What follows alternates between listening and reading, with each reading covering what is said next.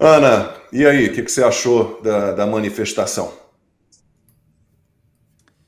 Bom, eu acho que nós podemos falar de vários ângulos, né? Da contagem, da não contagem, dos discursos, mas eu acho que para mim, Lacombe, acho que tudo que nós vimos hoje, tudo que nós ouvimos, tudo que nós lemos, só demonstra uma coisa e é absolutamente gritante para mim que toda a perseguição implacável ao presidente Bolsonaro é porque Jair Bolsonaro é uma força absurda da direita, que não adianta, eles não conseguem parar a força, o capital político do presidente Jair Bolsonaro.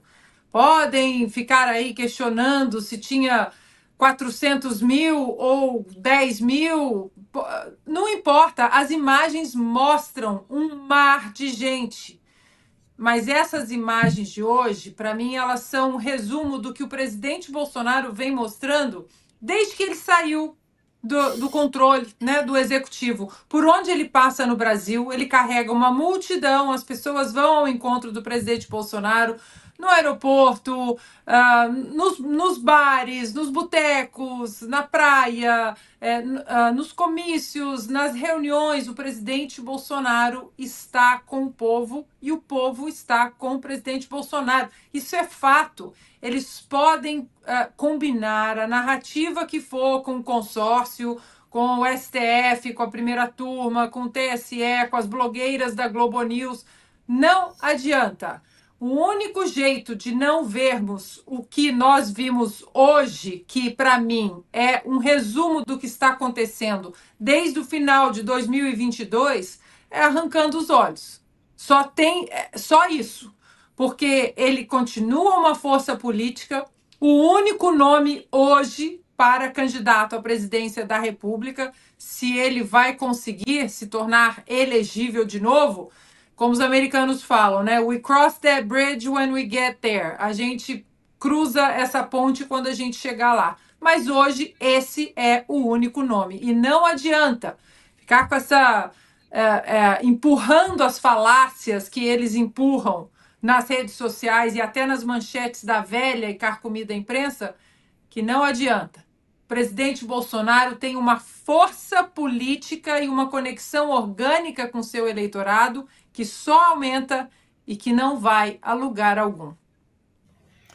Deputado, agora, alguém que estava lá, né, testemunha ocular ali na Paulista, a gente viu a presença de 7 governadores, o Ratinho Júnior estava lá, fez a foto e teve que viajar, mas governadores de vários partidos, então tínhamos ali governador do PL, do Novo, do União Brasil, PP, representantes do PP, do Republicanos, quer dizer, há partidos que têm bancadas consideráveis unidos em torno da pauta da anistia. De que maneira essa manifestação de hoje ajuda, né, os parlamentares de oposição, ou mesmo do Centrão, a conseguir finalmente levar o PL da anistia à votação, deputado? Lacom, primeiro eu tenho que dizer que não foi um movimento, um manifesto isolado. Foi um manifesto coletivo pedindo justiça. Equilibrado, em respeito aos direitos humanos. Ali, Lacombe, eu estava antes do evento ainda, lá no Palácio Bandeirantes, com o governador Tarcísio, que é meu colega de turma de 30 anos, fizemos a Academia Militar das Agulhas Negras, e eu estava comentando com ele sobre a importância deste movimento do dia de hoje. E ali chegou o Zema, chegou o Ratinho, Mauro Mendes, chegou o governador do Amazonas, o Caiado, o Jorginho.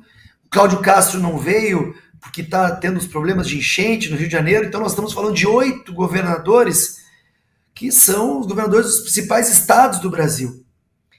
E ficou muito claro também, não só na reunião anterior, né, o diálogo franco da necessidade da anistia. Nós estamos falando numa verdadeira injustiça. Eu abri essa semana, Lacombe, Ana e Constantino, uma subcomissão para tratar sobre as denúncias em relação aos presos do Rio de Janeiro. E eu separei alguns casos só para vocês entenderem, Por exemplo, o senhor Jorge Luiz dos Santos. Gente, ele está com hemorragia interna, nível 4, necessitando uma cirurgia de forma urgente. Nós temos o Sérgio Amaral Rezende. Tem filhos pequenos e também está aguardando cirurgia urgente, está com necrose, infecção hospitalar, hérnia umbilical. Vamos continuar. Nós temos a Ana Paula de Souza, está com nódulo no seio, tiroidite, depressão profunda.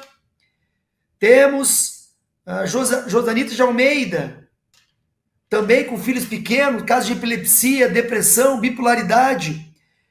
E eu poderia ficar falando de dezenas de casos aqui. Eu recebi uma denúncia com mais de 100 páginas, situações desumanas. Não tem como não falar da Dalgisa, 65 anos, nunca passou perto de uma delegacia sem nenhum caso de polícia precedente, e ela está numa cela de 3 metros por 3 metros, com outras 8 detentas, dentre elas homicidas, traficantes, faccionadas, em depressão profunda. Será que nós temos que ter um outro caso, Clesão, para tomarmos uma atitude? A gente recebeu ali, haviam várias faixas de familiares, pessoas que estão adoentadas e não têm acesso. A própria Dalgisa que eu citei agora só pode ver familiar de 15 em 15 dias. Como pode Alexandre de Moraes, como pode Supremo soltar o André do Rep, soltar traficantes, corruptos, arquivar casos como Palocci, como Zé Dirceu, estupradores condenados a 8 anos, homicidas a 6 anos, gente, e essas senhoras às 14, 16, 17 anos. Então foi um manifesto que ele é muito mais do que direita, esquerda, centro, é justiça, é humanidade. E eu não tenho dúvida que este exemplo ficou claro numa manifestação onde tinha vários partidos. Hoje nós temos os números necessários para aprovação da anistia. Eu vou falar daqui para frente, o Lacombe deve abordar, mas falta também uma pressão, uma boa pressão que era necessário, e ela chegou hoje. A sociedade mostrou por meio de uma imagem para o mundo. Os partidos já têm os votos? Sim. Os líderes querem assinar? Sim. Hugo Mota está pressionado? Sim, mas vamos falar. Falta agora é que a gente, a partir dessa semana, pressione, continue uma obstrução total e exija anistia. Até porque o apoio ao presidente da Câmara foi um dos alicerces para que a direita o apoiasse, para que fosse assumir aquela cadeira. Tem o ônus e o bônus, Lacombe.